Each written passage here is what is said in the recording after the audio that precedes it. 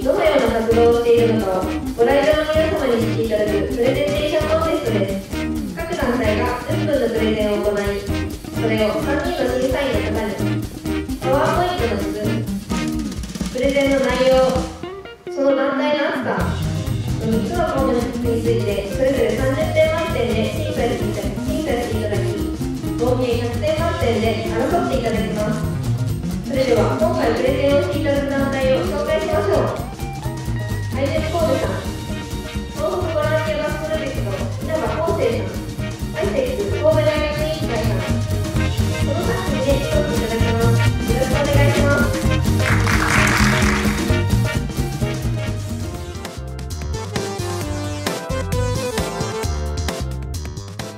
アイゼン神戸です。アイゼン、皆さんはこの単語をご存知ですか？ご存知の方、挙手をお願いします。すいません、予想通り誰もいらっしゃいませんね。安心してください。私も1年半までこの単語を見たことも聞いたこともありませんでした。アイゼムというのは The International Genetically Engineered Machine Competition の略で、直訳すると遺伝子改変されたマシーンについての国際大会、アメリカで行われる合成生物学の大会のことです。アイゼムの I の字が小文字であるのは iPS 細胞などの同様に iPhone にあやかったものなのでしょう。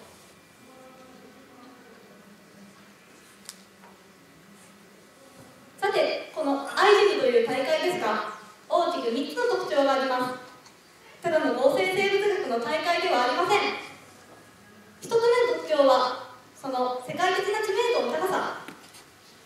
2つ目が大胸筋がベースとなること、そして3つ目が学生が主体となって研究を行うことです。まずその世界的な知名度の高さについて説明したいと思います。こちらが2015年度の参加国の一覧です。2015年度には全部で285の団体、5018人もの参加者が集いました。北は北欧、南はオーストラリアまでさまざまな国のチームと交流できる、それもアイゼムに参加する魅力の一つです。日本からも東京大学、神戸大学など有名どころをはじめとする計13大学が参加してきました。我々もここ神戸大学からアイゼムへの初参戦を目指しています。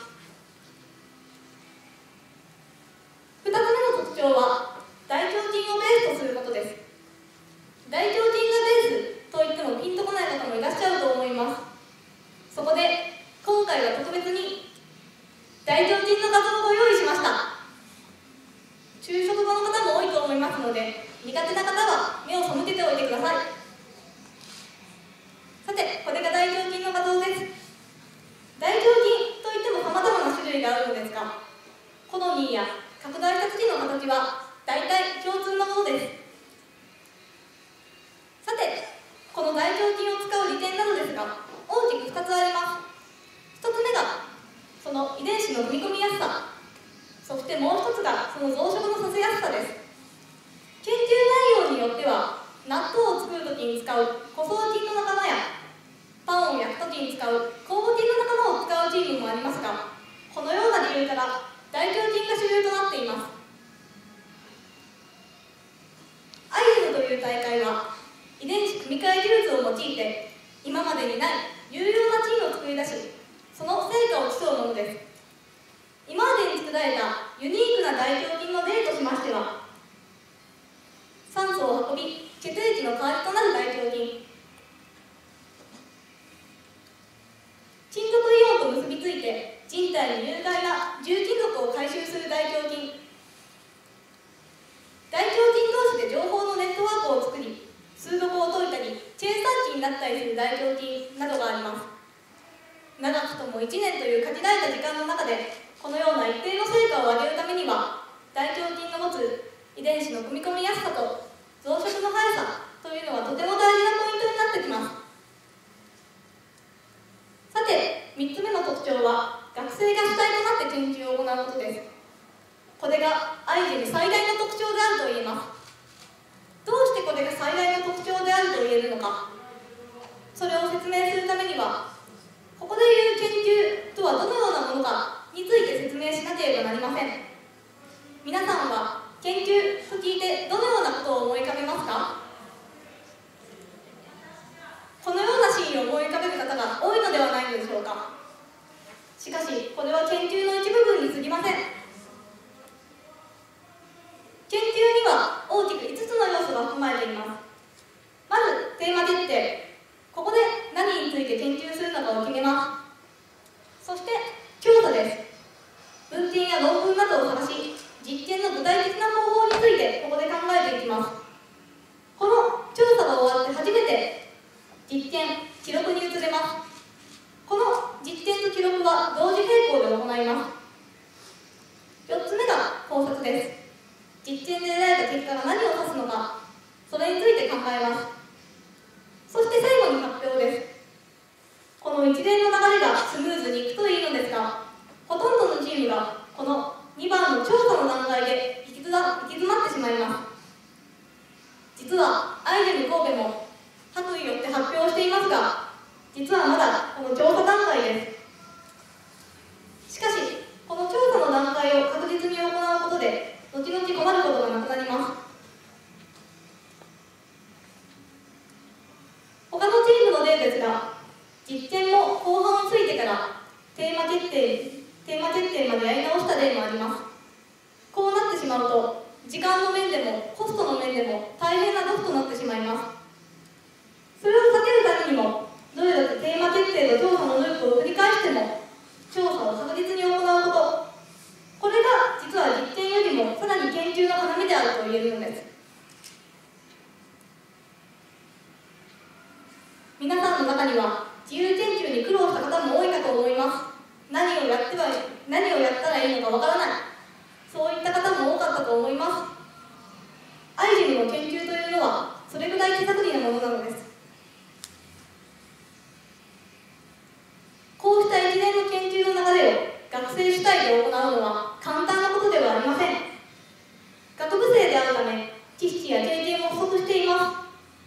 学生であるため、授業との両立も大変です。さらに、研究場所の確保や資金の確保も私たち自身で行わなければならないため、研究以前の問題も降りかかってきます。さらに、アイジェム神戸には前例がないという困難が巻き受けています。幸い、協力してくださる方がいるので、研究場所の確保や知識面でのアドバイスには問題なさそうです。しかし、アイジェム参加への流れを理解している先輩がいないことや、参加費だけでも50万円近い資金を提供してくれるスポンサーを見つけにくいといった問題は依然として残されたままです。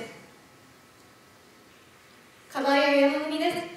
それでも私たちは諦めるつもりはありません。どうして諦められないのか。今更やめられない。神戸大学に悪い前例を残したくない。そういう理由ももちろんあります。しかし、それは一番の理由ではありません。学生の今しかできない充実感にあふれた研究をするチャンス、そのチャンスを自らの手で逃したくないからです。ご清聴ありがとうございました。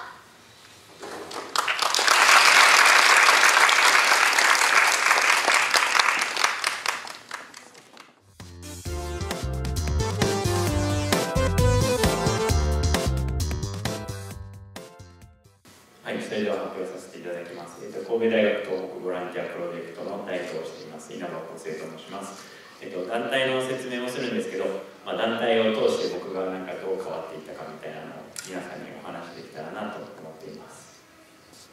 はい、ということでまず稲葉康生ということで、はい、建築学科の4回生です。座右の銘が友達の友達は友達っていうので、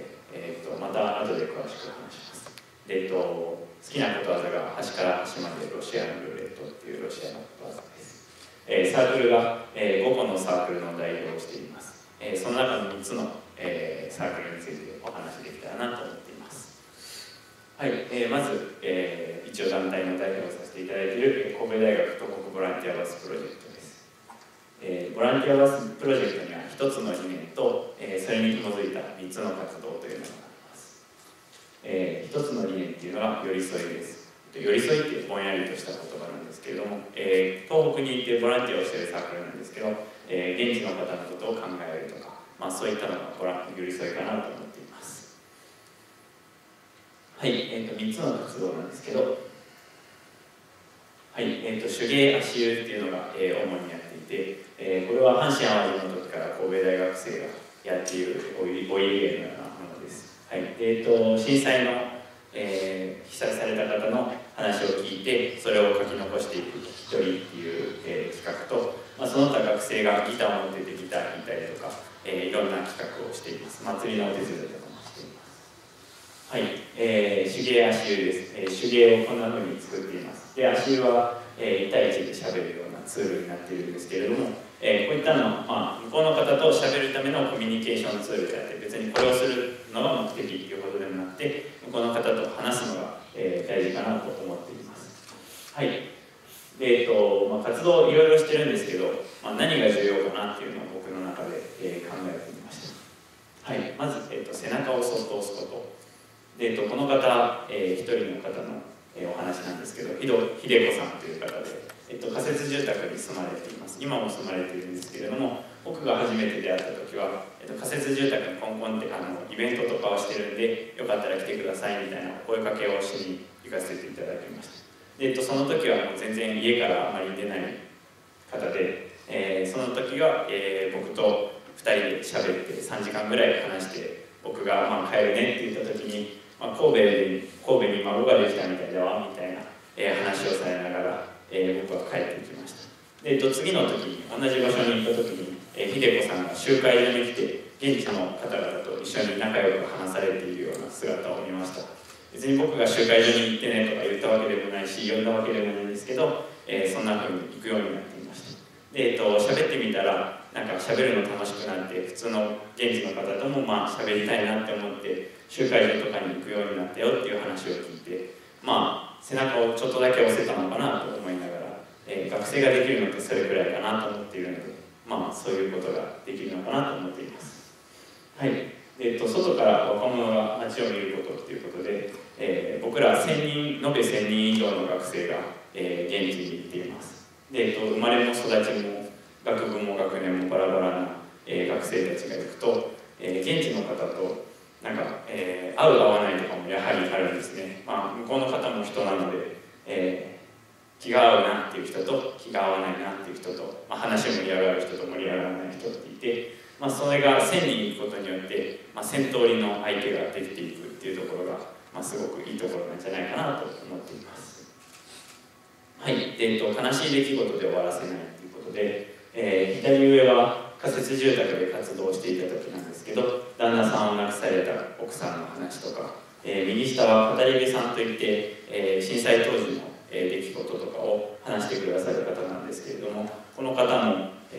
ご友人を多く亡くされています。そんな中でも僕らに伝えていかなきゃいけないって思って、こういう活動をしてくださっています。そんな中で思ったんですけど、こんなことが神戸で起こったら、自分の地元とかが、被害を受けたら、自分の大切な人はどうなるんだろうっていうのを、思いました。で、友達を守りたい。で、友達が悲しんでいる姿も見たくないなと思って、友達が大切にしている人も守りたいなと思いました。そこで作ったのがどんちゃんサークルウェイです。はい。ふざけてるんですけど、ちゃんとしたことをやっていて、3つの理念があります。生き残るっていうのと、さっき言ってた友達の友達は友達で、別にボランティアとか行きたいような人じゃなくても、関わってほしいなと思っていたので、興味をちょっとだけくすぐれたらいいなと思ってやっています。で、やってたこととしては、非常食で帰るま点ってご存知ですかね。ランク10位みたいなのを当てるまで帰れないみたいなやつを、やったり、砂浜のゴミを拾ってみて、そこでライフセーバーの方と仲良くなったり、気仙沼からサンマとかホタテとかをいただいて、それを食べることによって、被災地を考えようみたいな活動をしたりしてみました。はい。そんななんかちょっと半分遊びみたいなことをしていたら熊本地震が起きまして、新しい団体を作ることになりました。遠方だからこそもどかしい人がいるなっていうのを感じて、僕の後輩がちょうど益城町の隣の西原村っていうところ出身の子がいて、で地震当時から水を送ってみたりとか、家に電話したりとか、でも向こうからは帰ってこない方がいい今はって言われたらしくてっ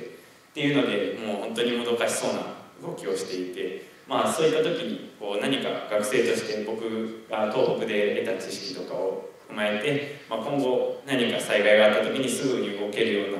舞台ができたらなと思って、作りました。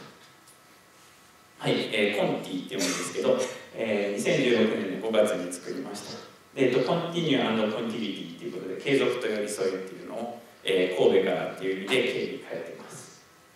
はい、団体理念が、先ほどと同じ寄り添いなんですけど、僕的に、言葉にしてみました。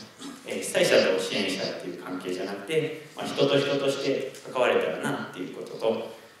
どんな活動においても、農業支援とかもしてるんですけど、それでも相手のことを考えよう、一緒に過ごせる時間っていうのがすごく短いので遠くからっていうため、その時間を大切にしたいなっていうことと、最後は、秀子さんのように自分から歩み出してくれるような方が増えたらなと思ってやっています。はい、やってることは、現地でもなんですけども、学生こっちで神戸で何ができるかなっていうことで、阪神・淡路を受けて、僕らはもう、その後に生まれた世代だったりするので、そういったところで神戸でも何かできたらなと思ってやっています。はい、現地でやっていることとしては、足湯をそのままやらせていただいたりとか、農業支援をしたりとか、子どもと一緒に工作をしたりもしています。はい、活動報告会を帰ってきたらやるようにしていて、国分のラーニングコモンズとかでやっているので、もしまた興味があれば来てもらえたらなと思っています。はい、これが現在じゃないですね、9月に行った時の、熊本の写真です。まだ熊本こんな感じです。こんな、住んでるわけじゃないんですけど、こういったまだ撤去できていないような家がたくさん残っている状態です。さて、皆さん自分の大切な人を守れるでしょうかということで、はい、プレゼンテーションを終わらせていただきたいと思います。ありがとうございました。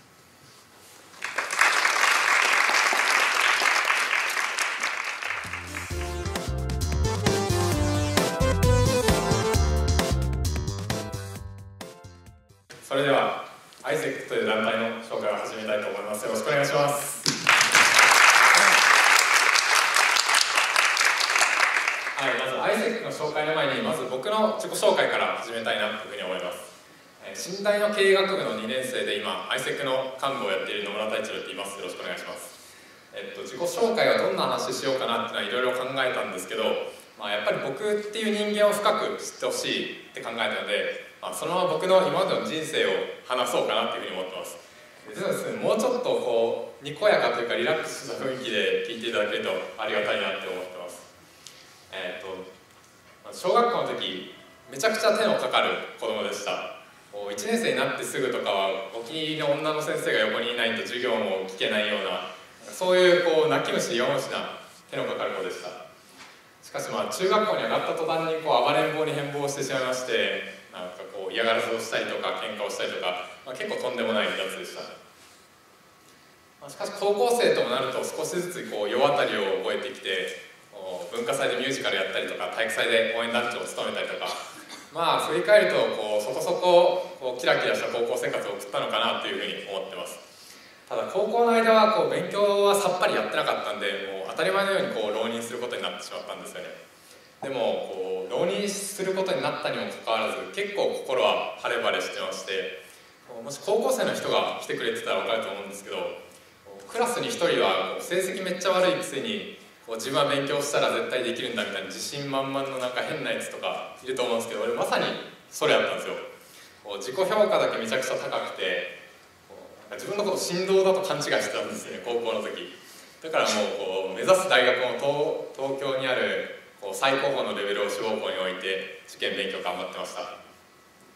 ただ振動じゃなかったのか、センター受けたらもう志望校を受験することもかなわず、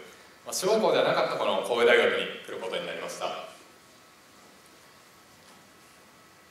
受験って結構高校生にとっては自分の人生を見直す機会になると思うんですよ。自分も浪人が終わった時に自分の人生について考えました。その時に僕が強く思ったことは、自分の人生って本当にこんな感じでいいんだろうかってことを深く考えました。小さい頃を思い返したら人に迷惑をかけたら思い出したくないような恥ずかしいことばかりだし、高校の時は自由奔放に行動して浪人して親に迷惑かけて、挙句約束していた第一志望合格も果たせなかった。そして大学に通い始めたその時も特に目的を持たずに、何か不完全燃焼の気持ちだけを抱えてテニスサークルを見て回ってるっていう、そういう日々を送ってました。その時に出会ったのがISECっていう団体です。当時の代表の方と話している時に、この自分のなんかわからないけど心にある不安とかモヤモヤを超えてもっと前向きに生きていけるっていうふうに確信したことを覚えてます。少し自己紹介長くなりましたけど、この自己紹介の続きである僕が先輩からどんな話を聞いたのかっていうことと、僕が ISEC に入ってこの黒歴史が多い僕がどんな変化を経て今この場所に立っているのかっていう、この2つを話すことで ISEC の団体紹介としたいと思っています。それでは今から団体紹介を始めたいと思います。よろしくお願いします。ISEC って何をやってる団体なのか、一言で言うとしたら海外インターンシップの運営をしている団体です。インターンシップっていうのは学生が企業 NPO で働くプログラムのことで、 ISEC がやっているのは特に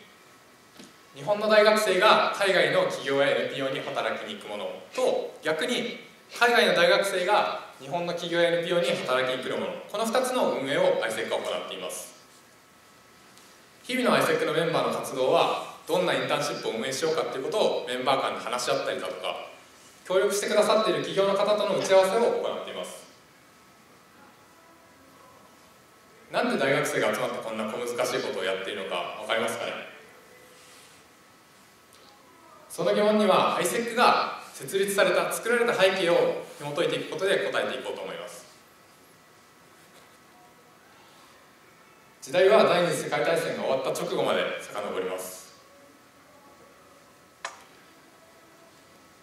終戦直後の1948年、フランスのエリックという学生が ISEC を設立しました。エリックは戦争で家族をみんな失っていました。数多くいた兄弟はみんな戦地に赴いて誰一人として帰ってきませんでした。帰ってきたのはエリックの父親だけです。しかしエリックが父と再会した時には、その面影を残していたのは右足一本だけでした。エリックはその時に深い悲しみに突き落とされました。なんで兄弟は死ななければならなかったのか、なんで父親は見るも無残な姿に変えられてしまったのか、誰がなんでそんなことをしたんだろうっていうふうにエリックは苦悩しました。しかしエリックはそこで悩むだけで終わりはしませんでした。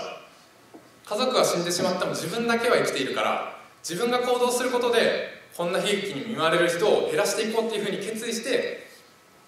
その思いを周囲の若者に対して発信していきました。その結果集まった6人の学生とエリックは毎日議論し、一つの結論を導き出しました。その結論というのは、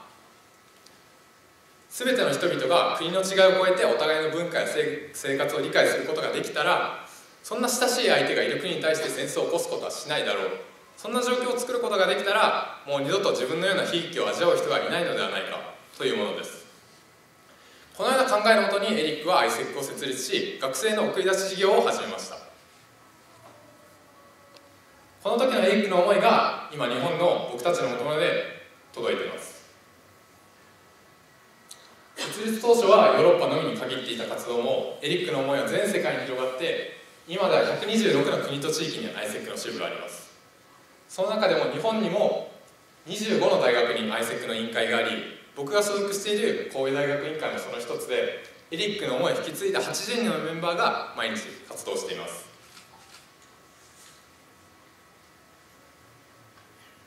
そんな背景を持った ISEC のメンバーだからこそ、インターン生だったり同じ ISEC に所属しているメンバーに対して、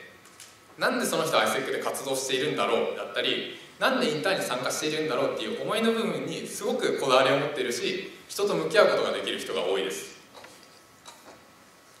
インターンに参加してくれた学生に対しては、その人が何を大事にしていて何を変えたくてインターンに参加したのか、だったりインターンが終わった後にその人はどういう人間になりたいのかっていうことをインターン生に対して常に問いかけています。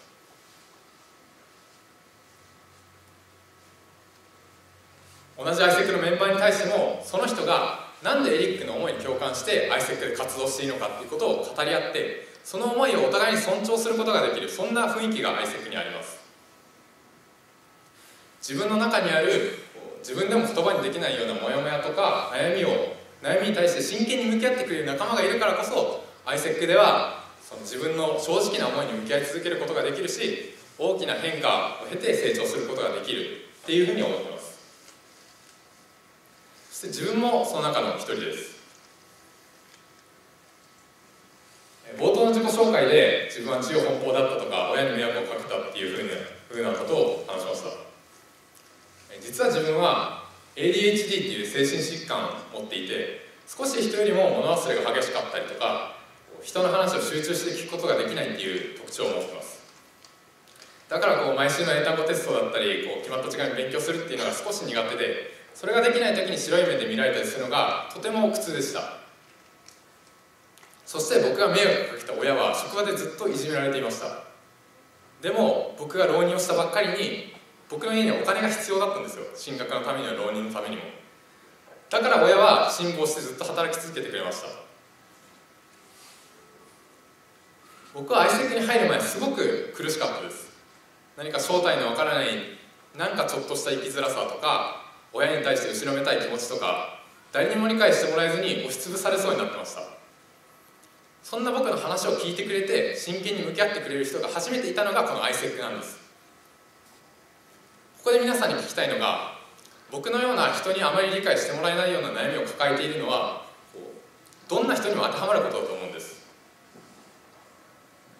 ADHD っていうのは高校で考えたらクラスに1人はいるぐらいの割合で持ってるんですよ。それにいじめだって人が集まったら悲しいけど絶対に起こると思うんですよ。その他にも僕が経験したことのないような悲しいことや苦痛っていうのをそれぞれ持って今ここに座ってると思います。 AIESEC では人のその分かりにくい苦痛だったり言葉にできないモヤモヤに対してみんなで向き合うことができるから、関わった人みんなが変われるし幸せになれるっていうふうに思ってます。そんな AIESEC に入ったから今僕は明確な目標を持って AIESEC の活動を頑張れているし、こうやって大勢の人の前で自分のあまり綺麗でない過去も晒して話したいことを話しているっていうふうに確信してます。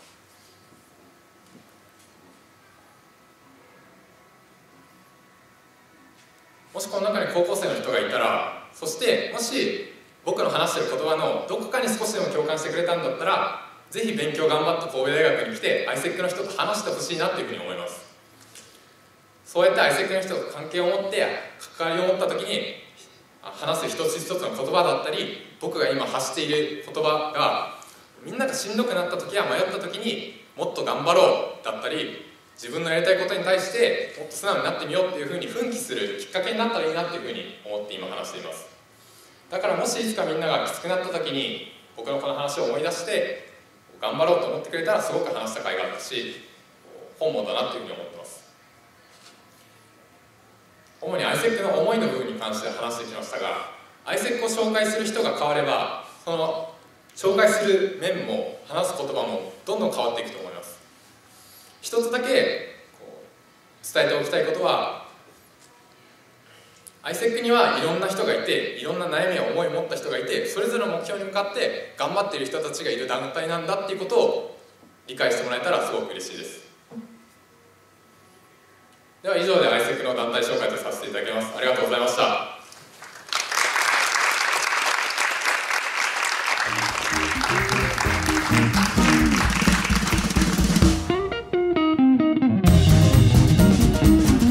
それでは点数を発表します。AIESEC神戸さん87点、東北ボランティアバスプロジェクト稲葉康生さん90点、AIESEC 神戸大学委員会さん89点、そして優勝は神戸大学ボランティアバスプロジェクト稲葉康生さんです。おめでとうございます。お二人の発表もすごく面白かったですが、これをきっかけにぜひ聞きに来てくださった方、いろんな方がおられると思いますが、自分の友達とか自分の親とか、そういった方を守るような、自分も守らなければいけないんですけども、何かあると、身を守れるような、ことを考えてもらえたらなと思っています。ありがとうございま